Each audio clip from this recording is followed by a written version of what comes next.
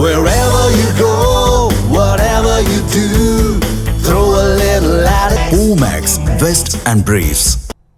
மாநிலங்களவையில் பட்ஜெட் மீதான விவாதத்தில் மத்திய நிதியமைச்சர் நிர்மலா சீதாராமன் உரையாற்றி வருகிறார். அந்த நேரலை காட்சிகளை தற்போது பார்க்கலாம். About these monies are remaining unspent, you're crunching this number and therefore fiscal discipline. Equally, the very same people would ask about, what's your debt? Why is it growing? Why are you borrowing so much? I find पारस्परिक विरोधाभास है इसमें. खर्च नहीं करोगे और खर्च हम ज्यादा कर रहे हैं मगर खर्च नहीं किया, और इधर बोल रहे हैं नहीं खर्च करो उधर मगर बोरोइंग क्यों बढ़ रहा है? बोरोइंग बढ़ेगा जब कैपिटल एक्सपेंडिचर बढ़ना चाहिए क्योंकि एसेट क्रिएट कर रही हो. So this mutual contradiction has to be resolved by people who are asking this question. So, Congress sheds crocodile tears about rising debt. Sir, you want us to borrow more money and release funds also to the states? I want to say this, sir. Government cannot borrow excessively. That's a principle which guides us.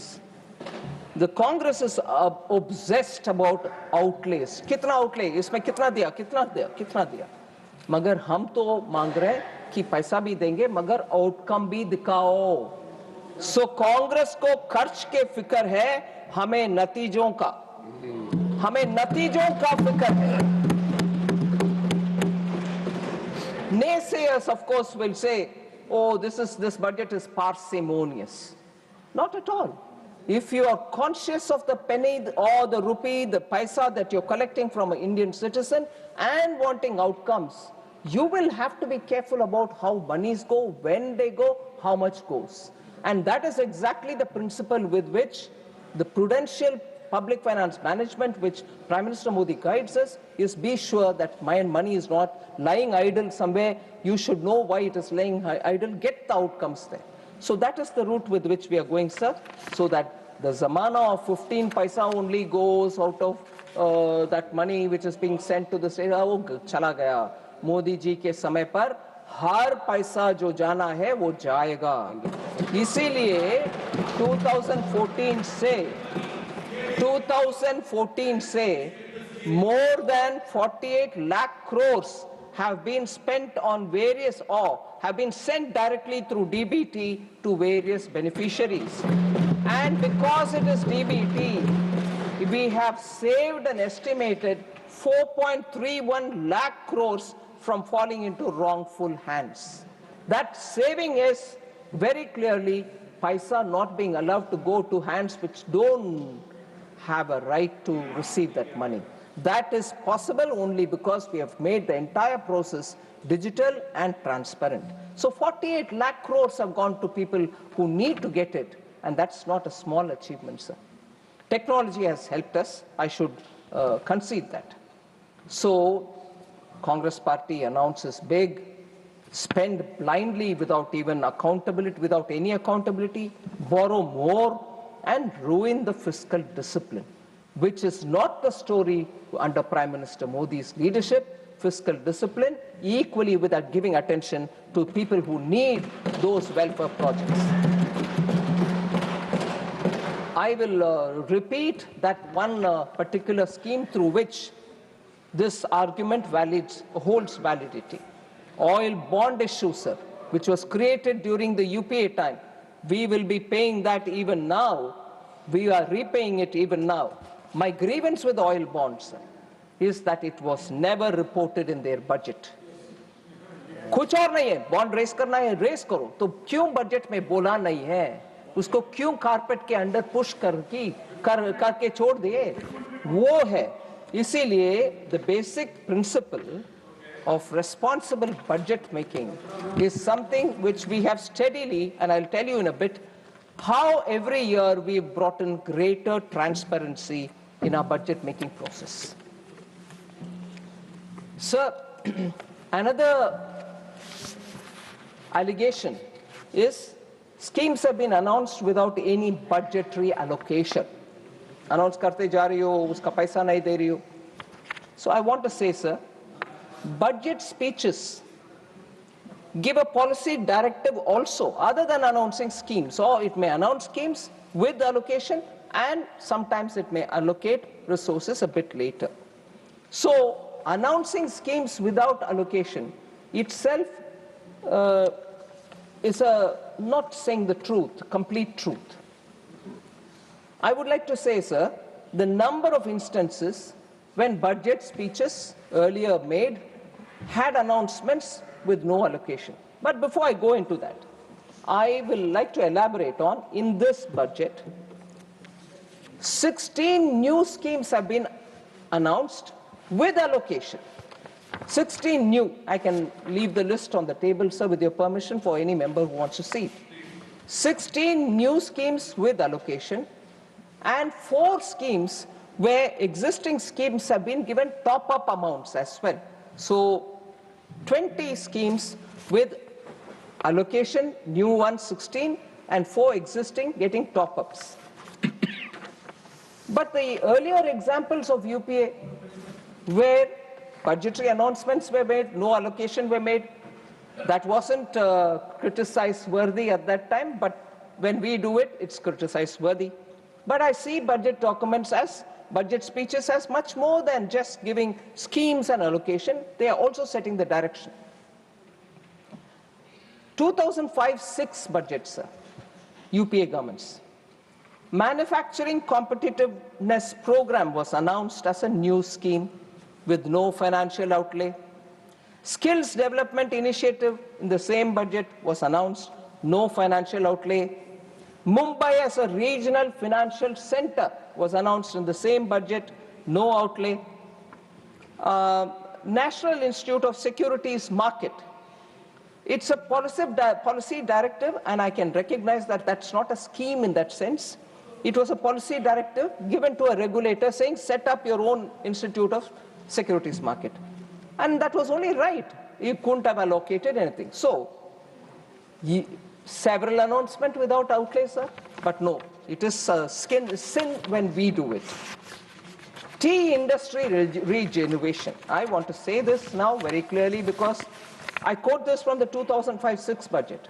But मैं जरूर इसको बताना चाह रही हूँ क्योंकि waste Bengal में चुनाव है, असम में चुनाव है, मैं बात बोल रही हूँ 2005-06 में टी सेक्टर के लिए कुछ अनाउंसमेंट हुआ, टी इंडस्ट्री का रिजुविनेशन के लिए, टू फाइंड, एंड उसके लिए वो सेक्टर क्राइसिस में है, सो गवर्नमेंट वुड, मैं कोट कर रही हूं उधर, would examine ways and means of introducing a program for massive replantation, unquote. कोई बजटरी एलोकेशन नहीं था उस समय, वो ठीक है, मगर इधर एक आध स्कीम का अनाउंसमेंट हुआ क्योंकि उसमें कारण है, मैं कारण भी बताऊंगी, मगर वो गलत है. ये क्रिटिसिज्म हमारे ऊपर डालने से पहले कम से कम उनके अपने बजट ही देख लें. Please have a look at the budgets which you have announced, in which many schemes went about without any allocation. 2012-13 UPA budget, sir. Credit Guarantee Fund for Education Loans. No financial outlay. And that was setting up a fund for ensuring a better credit flow to students who wanted to take money. No outlay. Credit Guarantee Fund for Skill Development. Again, 2012-13 budget, no monetary allocation. National Mission on Food Processing, no financial outlay, even in that 2012-13 budget. Irrigation and Water Resource Finance Company का घोषणा हो रही है, मगर उसका भी allocation कुछ भी नहीं बोला गया.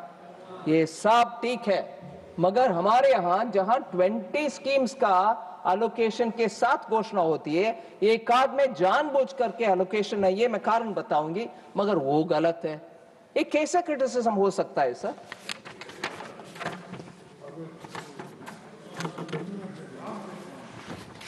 One more similarly UPA budget 2011-12 National Manufacturing Policy announce किए हैं. मालूम है कि policy है वो, फिर भी 2014 तक, क्योंकि 11-12 के बजट है, 14 तक उसमें कोई कुछ एलोकेशन नहीं है, कोई कुछ ग्राउंड लेवल में काम दिखे नहीं, मगर हो गया announcement without any allocation, वो ठीक है. So criticism करने से पहले थोड़े सोचना चाहिए कि ये criticism जैसे बोलते हैं, you point one finger, that side 3 points at you. ये तो कम से कम समझ में लेना चाहिए, आना चाहिए. सर, क्यों हम, उनके सरकार हो, हमारे सरकार हो, क्यों बजट में अनाउंसमेंट करते हैं बिना अलोकेशन? इसका भी हम महत्व समझना चाहिए. In the interest of the House and the other larger citizens who watch, I would like to state why union budget is more than just an accounting statement or allocation exercise. Very often, budget speeches set the policy roadmap for the government. Often, the government wants also to signal a shift in strategic priorities. So, announcing the scheme in the budget speech establishes that executive intent. सरकार की intent establish हो जाता है. फिर at an appropriate time, after proper vetting and clearing of by the competent authorities, the allocation will come through. In many cases, sir, the schemes get announced with some token allocation, 1 crore, 10 crore, 100 crore, depending on the scheme. Then a head of account is created in the ledger. उसके बाद ही उसका major allocation का announcement होता है. It can happen during supplementary demand for grants later in that year. Sometimes a scheme is announced, but it requires an enabling legislation. So legislation पारित होने तक हम इंतजार करते हैं, इसमें allocation नहीं देते. So I'm sorry, many of the वरिष्ठ members know all this. फिर भी क्योंकि opposition में बैठे हैं और criticism तो सरकार के खिलाफ करना है, so हम करेंगे. Every person, even remotely associated with the finance ministry, understands all this. But I was surprised to hear it. Sir, also, there was this a bit patronizing comment, if I may be allowed to say it. The budget is forgetful of the past. Budget is never forgetful of the past, at least because those which we don't need to copy, I will never be forgetful of the past. Sir, glorious past hai to cherish it forever. Remember it every time. Every time you make a budget, remember it. But if it is a tarnished past, मैं तो संभाल कर रहना चाहती हूँ. उस past से सीखना चाहती हूँ. गलती ना करें. So we don't forget. This budget is not forgetful of past. It remembers the fragile 5 days. It remembers the double-digit inflation days. It remembers the policy paralysis and also the scam-filled days. It remembers banks were forced to lend just with a phone call without doing any KYC or anything of that kind. Deficits were kept high and spending on capex was reduced. So, shrinking opportunities, and उस समय का नारा ये था jobless growth. मैं जरूर ये सबको ध्यान में रखूंगी, forget नहीं करती हूँ past को, मगर उससे सीखने लायक विषय ही सीखती हूँ. Of course, I don't need to elaborate about the even earlier license quota Raj, how that economy had to be changed and so on. इसीलिए 2014 में ना करते हुए 10 साल के बाद हमारी सरकार white paper ले आए on the Indian economy. And it was laid in this house in February 2024. So past को forget करना impossible है.